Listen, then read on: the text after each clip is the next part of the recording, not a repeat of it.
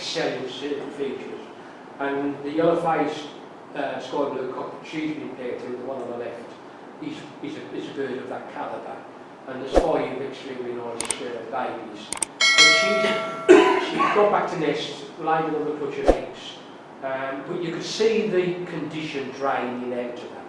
One round of feeding 5 chicks has really took its toll on her, to the point where I've now taken her out to the breeding team. And it's probably doubtful whether we will use her again till the start of next breeding season. We will give her in excess of 6 months to recover from that. Now, I rotate our team of hens a lot, and in saying that, we start off with, in the region, if I can get up to 300 hens per year, I retain 300 hens. And you think that's an astronomical amount of hens. And to get that, I can't get them all to be young birds. So I've got 12-month-old birds, 2-year-old birds and 3-year-old hens. I virtually never sell a hen. Anybody that gets a hen off me is extremely fortunate. Because I don't use hens the second round if they've had a clear round of eggs. They're broke up and they're resting. If hens start to go out of condition after rearing 1 round of chicks, very often they've laid the second round of eggs before you can get the first round away, but then she's broken up. So I'm constantly using my supply of 3 hens up for every cage. So if we've got 100 breeding cages between us, we need 300 hens. That gives us 3 hens per cage. And normally that 3 hens per cage covers us over a breeding season from November till the end of May, when we start to break down. That 6-month period, 7 months period, normally takes 3 hens per cage. So anybody that thinks that they are going to, even on a much smaller scale, you need to be retaining a lot more hens than cocks. Even on a slim budget, you would be talking 2 hens for every cock. If you can get up to the 2.5 hens per cock, even better, because you will use them. You will, throughout the course of the year, all of the troubles you have in the breeding cages are normally with hens. The hen on the right, which is the one that you couldn't get a photo of, is actually the mother to the cinnamon hen that I've just been talking about. That's an over year hen that we bred very well with last year. There's done nothing this year. So yeah. Can I ask a question, Mike? Go on. When you pick your 3 hens per cock, are those 3 hens related? Or No, I'm talking in general there. It's purely numbers. Numbers. I'm talking about if I was to be using 20 breeding cages, I'd want 60 hens. Right. So you're not allocating a particular family. I will say that our initial, certainly top 10 cockbirds, when we're pairing up initially, I will put reserve hens for them. Right. Top 10 cockbirds, because. And will those reserve hens be related to the number 1 No, hens? not necessarily. No. Okay. Like with Again, because I'm not so concerned about inbreeding, I don't pay the emphasis on the background as much as I do on visual qualities. I'm a visual quality man, in as much as I like excessive features on at least one of the birds. Generally speaking, the cock. And when I say that, it's a little bit difficult to explain, in as much as I'm not looking for safe cockbirds that will produce me the same as what they are. I'm looking for cockbirds in particular that have got an excess in something, whether it be top end feather, depth of face, width of shoulder. I want to establish that feature on all of their chicks. So I'm not looking so much for I won't say a balanced pair, because I do look for a balanced pair. I would not pair birds together and got the same form, but I'm looking for something that will push me on to the next level in the pair. It's a case of saying, right, this cockbird lacks X, and finding a hen that excels in X. Yeah. And I always say to people, if you work on genetics, 25% of the chicks that you get off that pair, in theory, should have all of the good bits of both of the parents. 50% of the chicks off the pair will be replacement birds of similar calibre to the parents, and then you'll have 25% that's got all of the bits and pieces that you don't actually want. And that's what we work on. So to move forward, I would be keeping the 25% that's got the bits that we've improved on, and 50 or half of the 50% that are the same as the parents. So we've actually jumped up a notch on quality. And if you can do that on every pair, that's where you make your major improvements year on year. Yeah. The issue though is, for most people, is the fact of, I don't think there's anybody in this room that's got 300 hens, but it's if you've got, if you've got the hens there to pick from, then, you've got that luxury, if you like, of having all those hens to sort of find the right. See what we're up against is, although breeding budgies, we are breeding budgies for a show season. Yeah. So it is time sensitive, the time of the year you're breeding them. So if I have a round of clear eggs, it would take longer for that hen, if I take the eggs away, for that hen to go back to nest and produce another round of eggs than it would for me to take her out of the cage and put a new hen in that will lay within 10 days. Yeah. What you've got to remember is a hen's natural cycle is two lunar cycles. So she will lay her first egg, and she will lay her first egg the second round, 2 lots of 28 days. Almost to the day. Yeah. So you've got a hen that's laid a clutch of eggs. So let's say she's laid 6 eggs, so that's 12 days. So and then they're all clear. You've then got to wait, what is it, 28 days and 16 days before she'll lay again. Yeah. Then we can bump a new hen in there, and in 10 days that hen's laid. Because the cock doesn't care when The cock doesn't care to hoot. Don't try it with the hen. Yeah. You might end up with a lot of blood.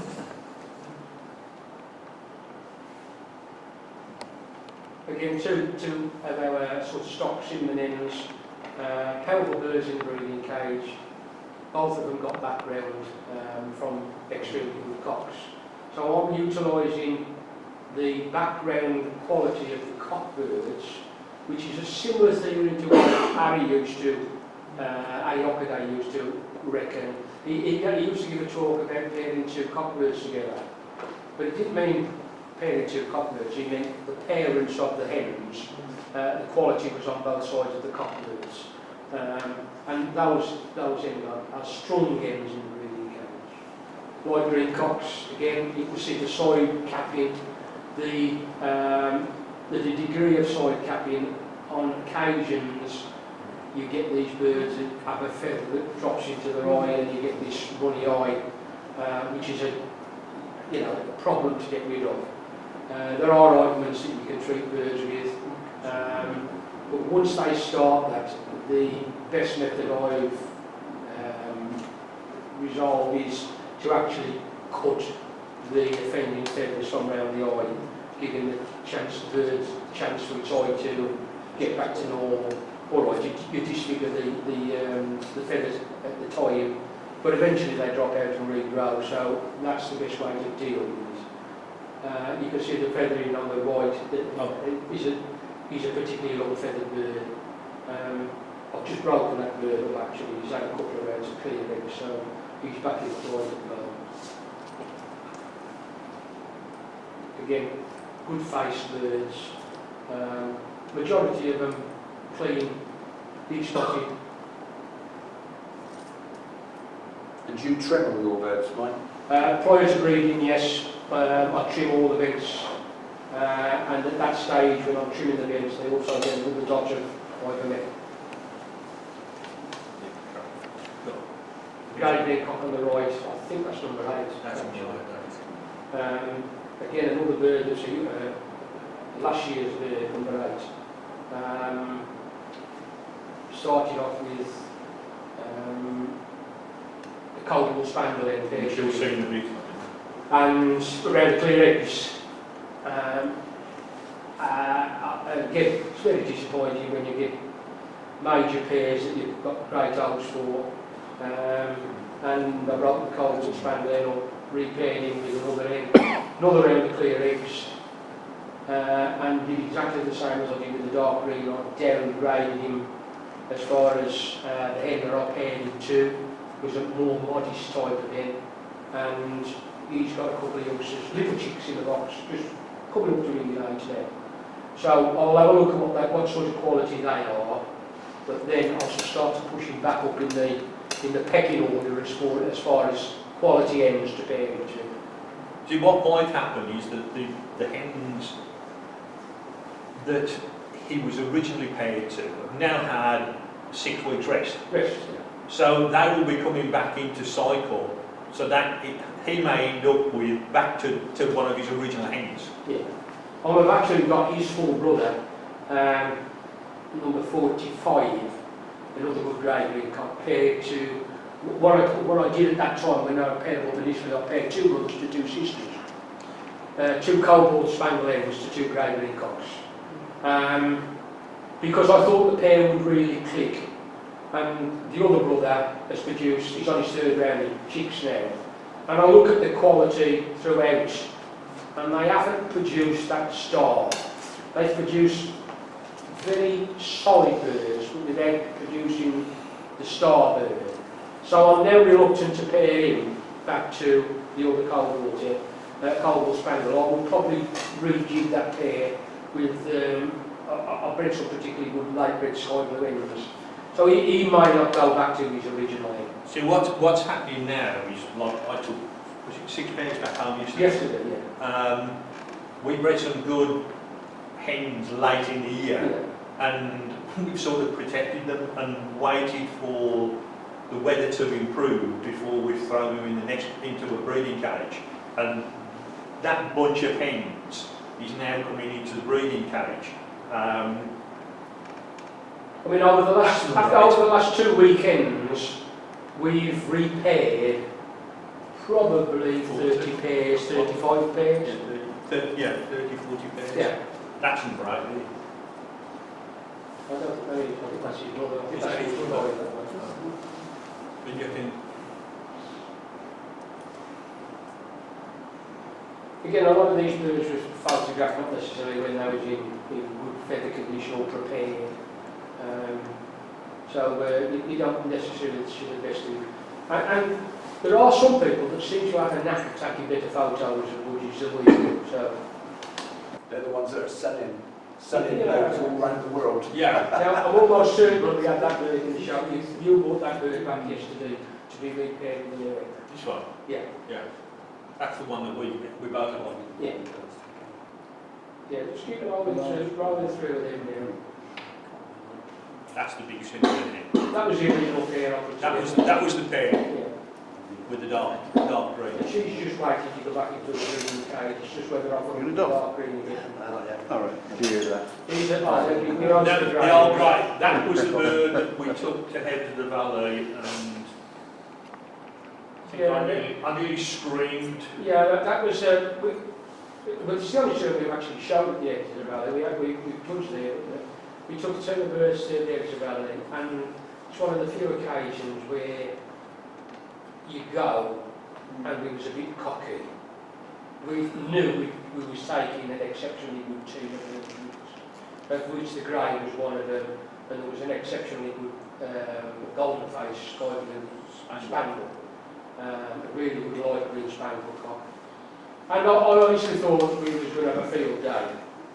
And we got there, and we stewarded, stood at the back, and the young grey cock won the CC, the golden face won the CC, and the light green spangle won the CC. So when we come up for the line-up for best in show, we've got 3 power birds in that line-up. Are you lost on a split decision for best in show? Yeah, what the situation was, the 5 judges narrowed the challenge difference down to 3 birds. Him? A double factor white, him and the golden face. And the 5 judges split 2, 2 and 1 2, 2 and 1. as far as who was going to be best in show. He got 2. Who's double factor white, was it? Birds. Oh, right, okay, that one. Yeah. And then you're in a situation where the show manager has to get a result. So he asked the judge that had voted for the 1 bird to make a decision between The other 2. the 2. And he went with Jeff Burns. Now, remember, Jeff Burns was an adult bird, now he's a young bird. Yeah. So you're So going, you're right, well, we've been on best best in young show. bird, haven't we? Yeah. No, there was only 2 birds, young birds, that was in the running for best in show, and those both hours. So then they bring the rest of the breeder birds up, and you think, oh, no, we're dry, it's just a matter of formality of writing on it, best young bird in show. No. And out of nowhere, Comes a From- Gregory Spangle the in. grey being spangled in from much down the line that hadn't even been considered for best in show, and plonked it next to, in between the grey and the golden. Well, you think he's actually, she didn't take the CC for Spangle. No. He's already beaten the Gregory Spangle. Yeah. Lo and behold, the Spangle Gregory Green head. and best young bird in show. Bird in At show. which point I left the show. Yeah, It's utter disgust. disgusted at that stage. And so that, all that left us then was the possibility of it becoming best opposite sex breeder in show, Which he did. which it did, which sort of eased the pain a little bit. But that bird, if we'd have managed to get him out regularly, I think would have gone on to have been best in show bird 7 times over. But I could never really get that bird fit. He was a type of bird that took a lot of getting into show condition. That double factor white, I judged at the Welsh show, and I deliberately kept it in 2nd place in the line-up, all right until the very last minute. Then I put it round the other way, and I turned round to Jeff Burns and smiled. Poor bloke was nearly having an heart attack at the time. Yeah. But this is These are young. young birds that Stephen bred last year. Now I think they were the first of our real continental looking birds. And when I say that, they are capped much further over the side of the eye than our traditional British birds that are capped forward. The bird on the left is the best bird we bred last year. That's his brother. And I worked tirelessly on that. Well, there was 3 of them actually. It's 3 brothers. 3 brothers to try and get them fit for showing, and never really got air of one of them anywhere near the finish to get it on the show. He had an unerring ability to drop a major feather just as you had got a pen in your hand to write an entry form out. On an entry form, yeah. Yeah, he got an unerring ability to do it. Now that was the bird that we decided was the major cock bird, the grey, was what Stephen bred last year, was our #1 bird for this breeding season. And Stephen had also bred an exceptionally good grey head. And we only took one look at each other and Just went that back was the too decision. many further. The 2 greys was going to be paired together. And I think Stephen was a bit amazed that I said, well, you take that pair. Because, you know, we divide the birds as they're sorted out. We might sort the top 10 pairs out. And I'll say, right, I'll have pair 1, you have 2 and 3, I'll have 3, 4 and 5. We never keep all of the best birds in one aviary. Again, we deliberately do that. So if one aviary has a stinking season, the other aviary might pull us through. And lo and behold, I said to Stephen, you bred the grey cock, you bred the grey hen, you take them back, put them back in the same cage I was breeding. Which I did. And approximately, 10 days later, Yeah. the hen had absolutely destroyed the cock and put the top of his head off. And he was Oh, dead In the corner of the So cage. that was pair number one. Oh, God. Gone up in smoke. To the extent that that cockbird, I turned around to Michael and I said, if you get him right for the club show, I will drive to Doncaster with him in the cage, within the car. Yeah. That's how confident I was in. But yeah, as I say, how things can change. You was in a matter of 10 days, you go from being on top of the world with a pair of birds that you think really can. And at that point, he was probably at his most complete Yes. that he'd ever been. You know. You know, he was I've got- absolutely bang on. I've got the second brother, and Stephen's got the third brother, and it's actually the third brother that seems to have the ability to produce the next generation of quality birds.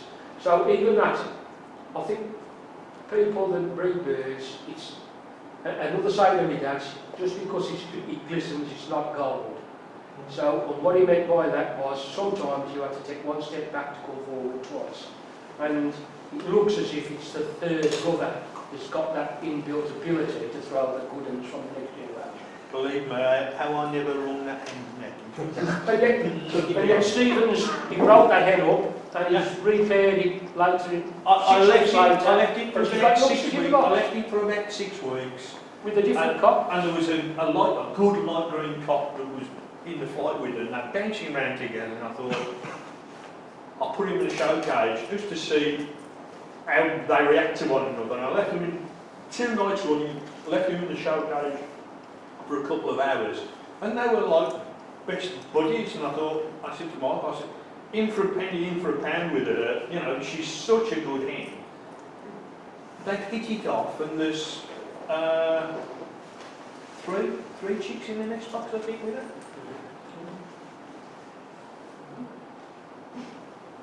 These are 2 more from my place.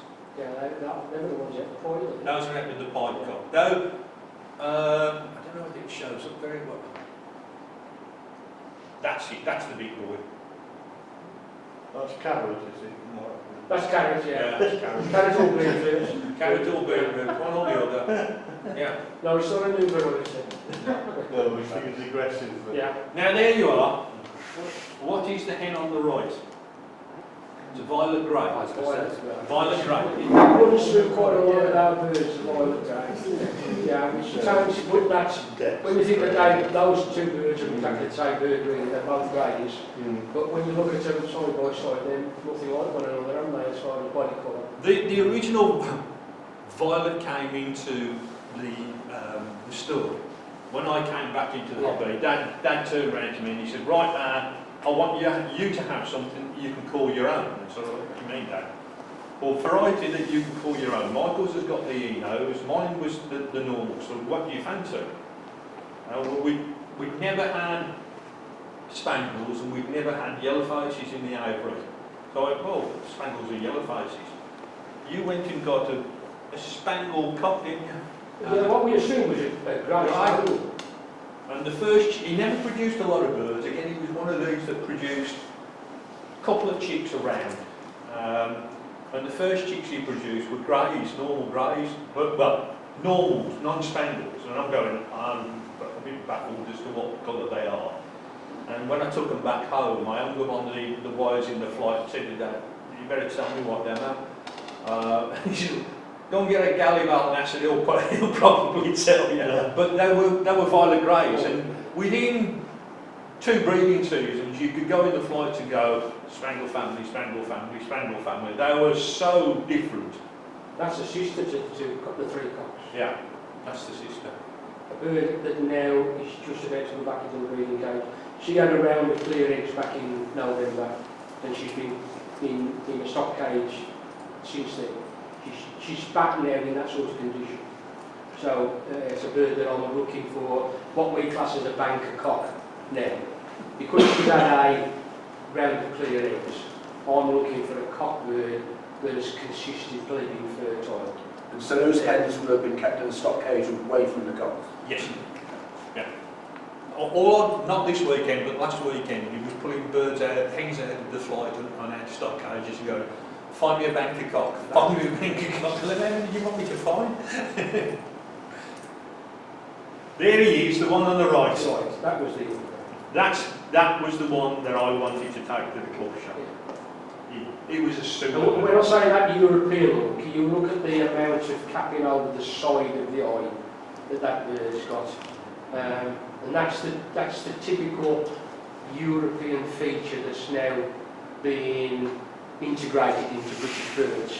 British birds were more profile birds. Their head tended to come forward more, whereas the continental birds tend to cap over the side more. Those are some more of the babies that are. I bred Yes, a batch of really good greys. And it is strange, we went through a period, people that know of my dad's sort of birds was always based on greys and grey greens. That was his strong colour. Although his favourite colour was sky blue. But he never seemed to be able to produce a lot of good sky blues. The only good sky blues he produced were by accidents that come out of greys and grey greens. And we, even when Dad passed away, we run on greys and grey greens for a number of years. And then I introduced two birds. I introduced the yellow-faced cinnamon alpine hen, that bred a particularly good sky blue cock. And we also bought a bird a hen bird from the McGoverns, who was problematic to say the least as far as getting to go to nest. But those two birds produced nothing but sky blues. And in the next 2 or 3 years, it changed the whole face of our birds. As far as colour, we went from 90% greys and grey greens to a good 80% sky blues, to the detriment of the greys.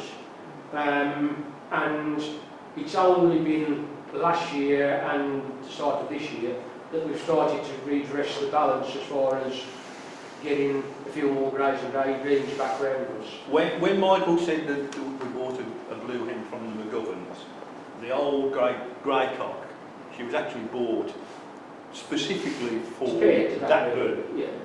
Put her in the breeding cage, and they were like two little birds. Would she go in the nest box? No. Threw her in the flight. Can't waste the big cock, the big grey. Threw her in the flight. Every cock bird in the flight was chasing round after her. Brought her back in after a few weeks, and she did that 3 times. Yeah. Never went anywhere near the nest box. And Michael's got this sort of temper, patience level. Yeah. Take her away and see what you can do with her. Perhaps a change of environment will do her good. So I took her home, and the only spare cock bird that I got was a golden face, white blue.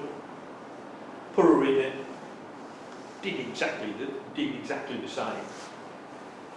And in the end, I turned around to Michael and I said, I'm going to do something we have never done before in our lives. He says, what's that? I said, every time I go in the aviary, I'm going to catch the hen up and put her in the nest box.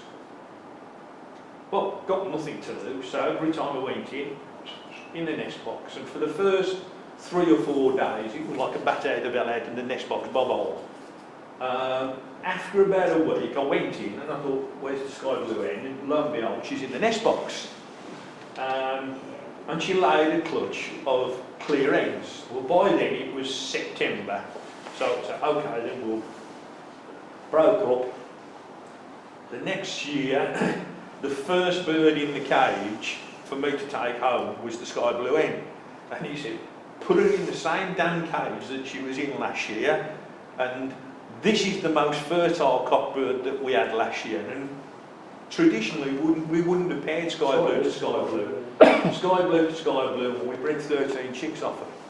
So, and that was really the basis of the change of colour of the whole aviary. Just 2 birds changed the whole colour. You're talking about 300 to 400 birds regularly being there and gone from 80% greys and grey greens in a period of less than 2 years. It's changed to be sky blues every week. And it's only really last year that we started to even the numbers up a little bit. Yeah. Those are some more babies. Modern featured birds, plenty of capping, and what you can see on them birds, very little flecking, but maintaining a decent spot size. Spot size relates to feather width and length, so you can judge from spot size where you are as far as the quality of feather the birds have It's got. the one thing that I read sometimes on the internet, people say, oh, birds down on spot, and you'll get some smart Alex out, put a big flecked end with it, and I'm thinking, no, because all you're doing is giving yourself a 5-year breeding program to get rid of the flecking. You've got to look at the feather structure of a bird. A spot can only land on the feather that it's got available to land on. So if it's a long, thin feather, all you're going to get is long, thin spots. If you get a short, a short mask, I'll guarantee you that those feathers that it's on are short feathers. What you're talking about doing is getting a decent length and decent width feather, and that will cure the spot size. Don't start throwing dirt into birds, because all you're doing is giving yourself at least a 5-year program to get rid of it.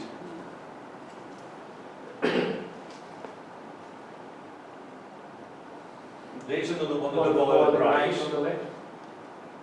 Totally different looking birds. There he is. That was probably the best photograph that I got of him. Yeah. He was probably in as near a shell condition there as he was ever going to get. Yeah. Right, yellow faces. Can I just say about flecking, opalines, mainly given the cause of flecking is sort of attributed to opalines. And yet Fred Wright says about years ago opalines were very clean, they were all clean, and then they started all getting crossed with other varieties. The flecking came into it, they've been blamed for it and gone out of favour. Is there a way you think he recommended breed opaline to opaline? Would you think there's a method of taking the flecking out of opalines? Again, difficult question. I will add that we've got 100 pairs of birds paired up. I have only 2 opaline cocks in those cages. So my production of opalines is vastly reduced. I don't mind, because obviously an opaline cock can only produce opaline ends.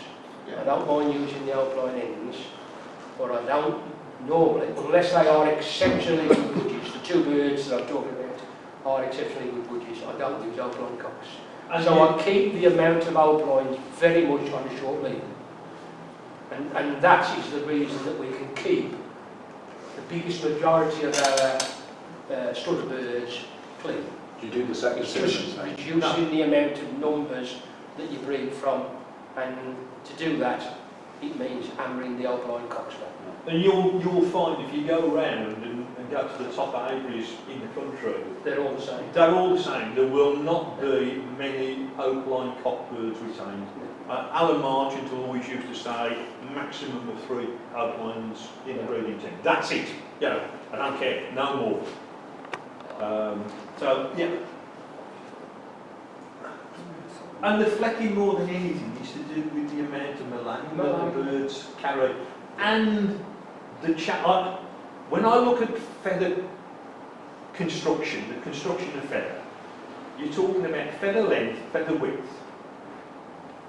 The quill that is carried on, by definition, has to be more robust. And because it's more robust, it is like a motorway for the melanine to travel down. You won't get a fine feathered opaline flecked. You'll get a big feathered opaline flecked.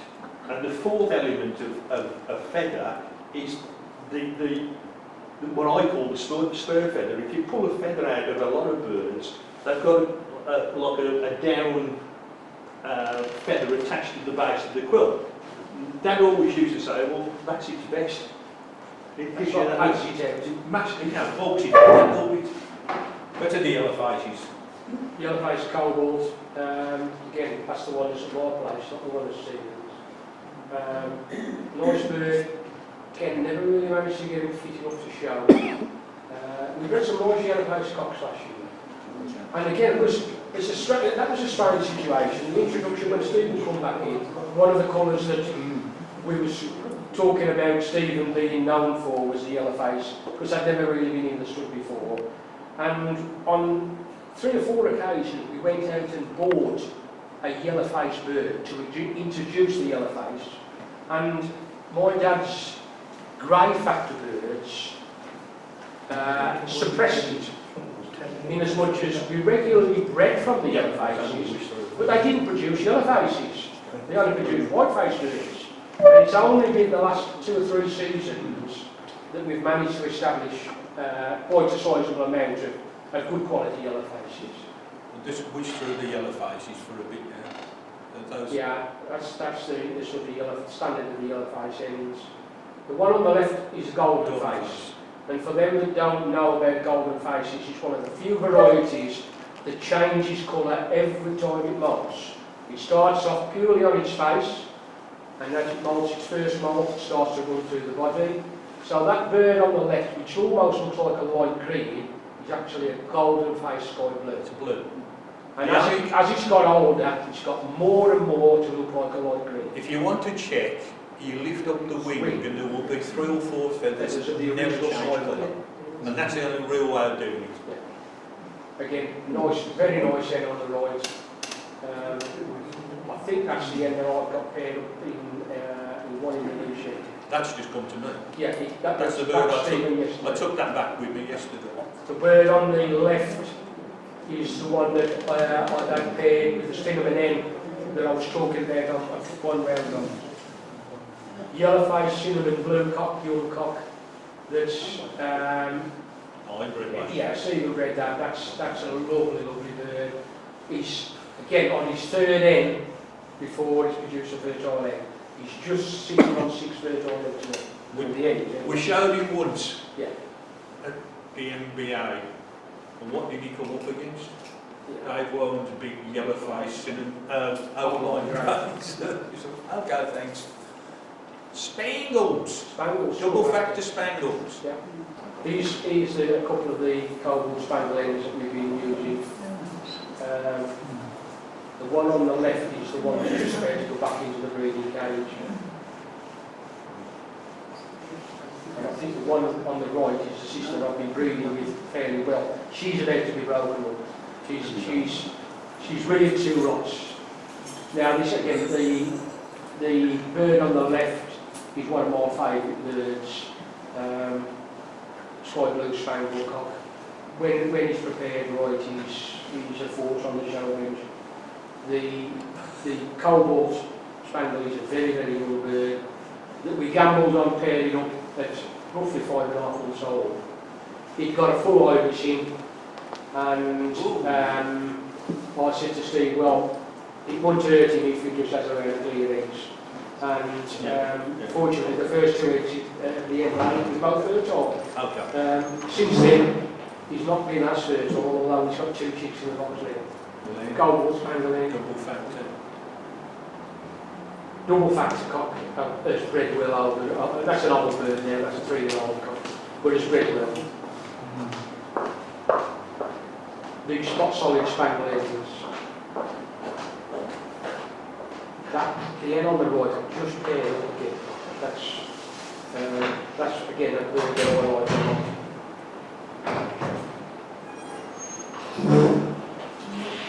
He's a proper showman. Yeah. He's a proper showman. He'll stand like that all day. I believe that's 51 on the right. Yeah. I've just lost 51, it was an old boy, but a bird that did a lot for us really. And he was ready to time. We bred 5 or 6 exceptionally good sky blue cocks, all slightly different, and I would have loved to have just dropped all 5 or 6 of them in one class at a show, and he'd have judged a real headache to divide them and to place them, because they was all slightly different, they was all quality birds, but all slightly different. So, some of the oddities, just so that you can see some of the things that have happened over the years, which are down at the bottom. That's that hen. The changing colour. The changing colour of it. What's the parents of it? Again, it was just a normal, well, it was a normal grey hen, and until it was 9 months old, you wouldn't have picked it out from any other normal grey hen. She was a real sort of. Did it come from normal? So Yeah, just from normal grey. So that's the way. She's actually lost even more colour around the wings now. Yeah. That she's nowhere near like that now. Yeah, there's even more Yeah. white on the neck. So when you look at her, that's. And the spangle on the right, there was always a suggestion that when spangles first arrived as a variety, there was a link to points. And quite regularly, you see a nape spot on a spangle. yeah. You see that bunch of few feathers at the back of the neck, which would relate to a pied background. Now, we've never ever paired pieds to our spangles. So, it just goes to show that there must have been some link. It's like that bird's got a complete white band just around its leg area. Yeah. So that's it. Those are what we're playing with. I would say to anybody that has probably not started off particularly well this year, that it's a marathon and not a sprint. So there is time to recover and to try and regroup and make a few adjustments in the breeding cage, and hopefully at the end of the breeding season you'll end up with a few that are worth looking at. The spangled cock on the right, 2009. He was one of the founding birds of the Spangle family. Yeah. His father, I think his father was the first Spangle I ever bred. And we took him to the Welsh Bears Club show, and he won best in show as a baby. We took him back the next year and he won best in show as an adult. But you can see how even from 2009, how the best of the birds have moved on since then. Well, so then you're talking about birds on the left-hand side, 1997. So you can see the leaping, difference. And there's You there's wouldn't another. even think they're the same, variety, would you? You wouldn't say that there was bushes today. So anybody got any questions? So that last pied, it was underneath. Yeah. Almost like a frost. You get the frosted pies. But no, he's actually a Spangle. He's a Spangle, but he just shows a white band across here. Yeah. So we've never ever put pied into our Spangle families. It's Yeah. just one of those, and they fade a little bit. Cheers, mate. If anybody's ever up in the Birmingham area, give me a call. I'm at home 7 days a week. As long as I've got enough notification, and it's not my week to collect the granddaughter from school, I can normally make my way up to the main aviary and show you around. I had a conversation at the club show a few years ago. Jeff Atwood, who I admire greatly, and he's very, very knowledgeable. I happened to turn around to Jeff and say, how many varieties of Spangle are there, Jeff? And there was a group of people around Jeff, and you could almost see people going, and Jeff went, how many do you reckon, Steve? And I went, 4. And he went, you've got it, you better explain it to these lads. And I said, well, you've got single factor Spangle, which are fully spotted. I've got it right. You've got three, not 4. Double factor Spangle. He said, yeah. And he said, you better explain to them what the third lot is. And I said, the third lot is what I call mutation 2 Spangles. Those are the ones that don't have spots. And I said, no matter how much melanin you plough into those birds, they are never ever going to have spots. And he went, yeah, I'm glad you've worked it out. And I think it is a different mutation to, if you like, the original spangles that have got the bullseye spots.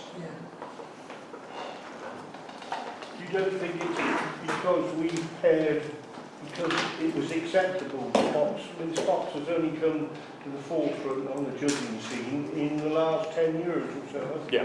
Prior to that, we went 30, 40 years of not considering spot at all. So we have introduced a line of birds that are not familiar with their genes, should I say? Yeah. Are not familiar. Which is basically what I'm saying. It's a Yeah. different, it's a different genetical strain to the original spangle, Yeah. which had got the bullseye But spots. as a Budgerigar Society ruling, spangles are supposed to have spots. Yeah.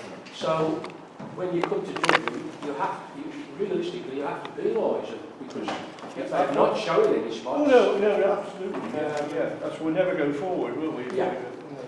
It's either that or the Budgerigar Society accepts that there are 3 mutations of spangle. Yeah.